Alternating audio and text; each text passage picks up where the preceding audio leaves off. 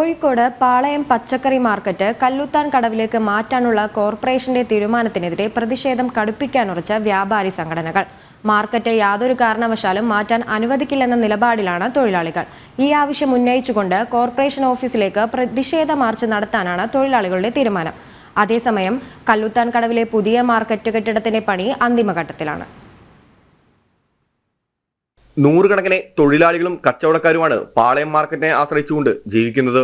നഗരത്തിന്റെ ഹൃദയഭാഗത്തുള്ള പാളയത്ത് നിന്ന് മാർക്കറ്റ് കല്ലുത്താങ്കടവിലേക്ക് പറിച്ചു നടുന്നത് കച്ചവടത്തെ മോശമായി ബാധിക്കുമെന്ന ആശങ്ക തൊഴിലാളികൾ തുടക്കം മുതലേ പറയുന്നുണ്ട്. കഴിഞ്ഞ ദിവസം തൊഴിലാളികളുമായി വീണ്ടും ചർച്ച നടത്താൻ കോർപ്പറേഷൻ അധികൃതർ ശ്രമിച്ചിരുന്നെങ്കിലും തർക്കം മൂലം ചർച്ച പരാജയപ്പെട്ടു. ഒരു കാരണവശാലും ജില്ലാ ഭാരവാഹികളോട് സംസാരിക്കാൻ കോർപ്പറേഷൻ അധികൃതർ, പ്രത്യേകിച്ച് ഡെപ്യൂട്ടി മേയർ തയ്യാറായില്ല. ഇത് തന്നെയായിരുന്നു വിഷയം.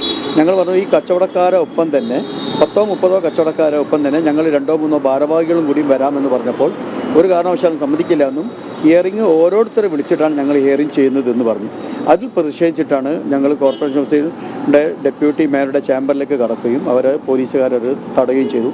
ഞങ്ങൾ 100 പേരും അത് ബഹിഷ്കരിച്ചുകൊണ്ട് പുറത്തേക്ക് പോയാൽ മാർക്കറ്റ് മാറ്റിസ്ഥാപിക്കുന്ന തീരുമാനത്തിൽ കോർപ്പറേഷൻ പുനഃപരിശോധന നടത്തണമെന്നാണ് സംഘടനകളുടെ ആവശ്യം. തർക്കം രൂക്ഷമായ പശ്ചാത്തലത്തിൽ കോർപ്പറേഷനിലേക്ക് തൊഴിലാളികളുടെ നേതൃത്വത്തിൽ പ്രതിഷേധ മാർച്ച് സംഘടിപ്പിക്കാനാണ് തീരുമാനിച്ചിരിക്കുന്നത്.